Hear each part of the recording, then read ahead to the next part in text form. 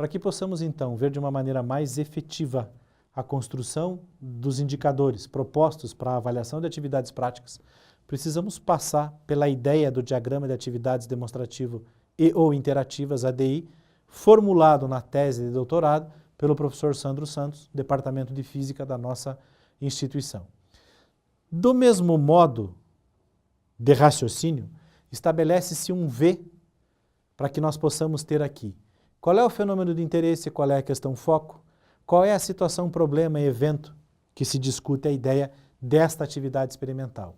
Qual todo o domínio teórico, qual todo o domínio metodológico, ou seja, o que eu preciso pensar para fazer, para responder à questão foco dentro desse fenômeno de interesse em determinado evento.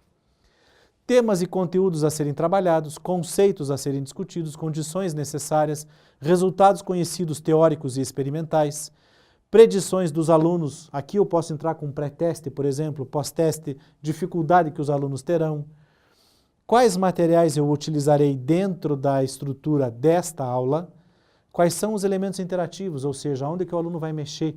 A aula é demonstrativa e interativa, ele vai trabalhar por a mão aonde. Qual é o roteiro de procedimentos, inclusive considerando questões de segurança. Registros e representações, que variáveis serão trabalhadas nestas discussões? Que resultados podem vir a ser obtidos a partir disso? Como eu preparei a aula? Que categorização ela tem? Qual é o modo?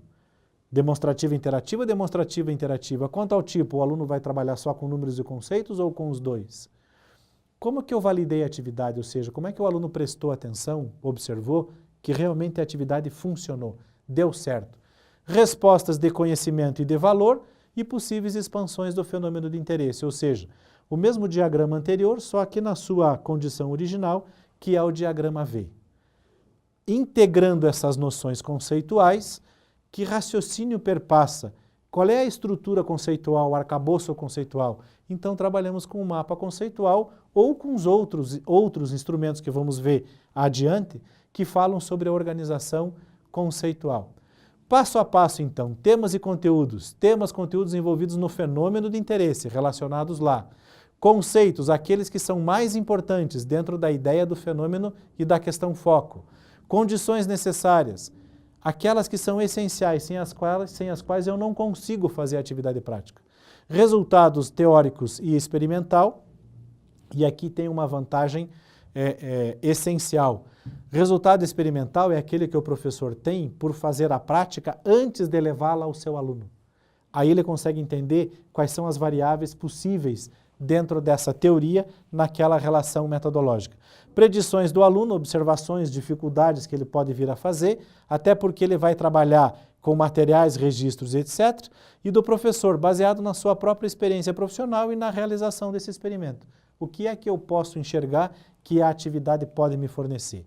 Materiais todos, inclusive as condições necessárias, elementos interativos, aquilo que o aluno mexe, roteiro de procedimento, sequência das etapas passo a passo da atividade, registros e representações que eu vou observar, variáveis tem a ver com os objetivos da aula, aquilo que vai ser relativizado para que seja observado, resultados obtidos a partir dos registros, ponderando aqui quais são os conceitos, quais são as teorias, categorização, modo e tipo, já falamos sobre, validação da atividade, aquilo que foi usado que comprova que a atividade realmente funcionou, respostas de conhecimento e valor a partir desse conhecimento sobre a questão foco.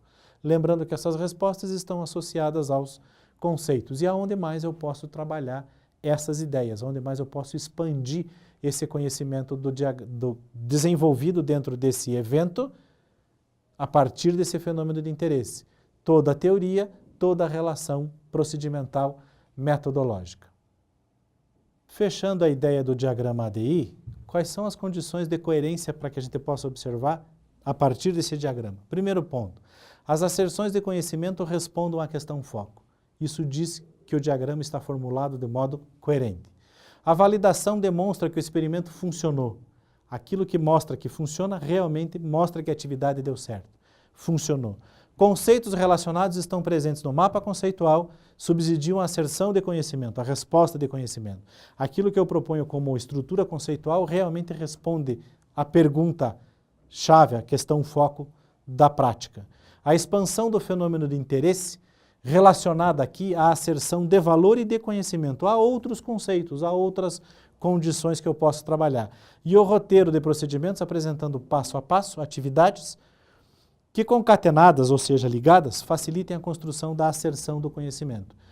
Esses 5 pontos são essenciais para nós podermos compreender que o diagrama ADI funcionou, ou seja, deu certo. A sua estrutura de planejamento é coerente e a partir dela eu posso trabalhar um bom planejamento. Agora, a partir do diagrama ADI, vamos começar a entrar numa condição da relacionabilidade que ocorre dentro dele, para que nós possamos entender então quais são os indicadores e como esses indicadores são propostos, para que nós possamos avaliar as condições das propostas das atividades práticas em livros didáticos e presentes disponíveis nas páginas da web.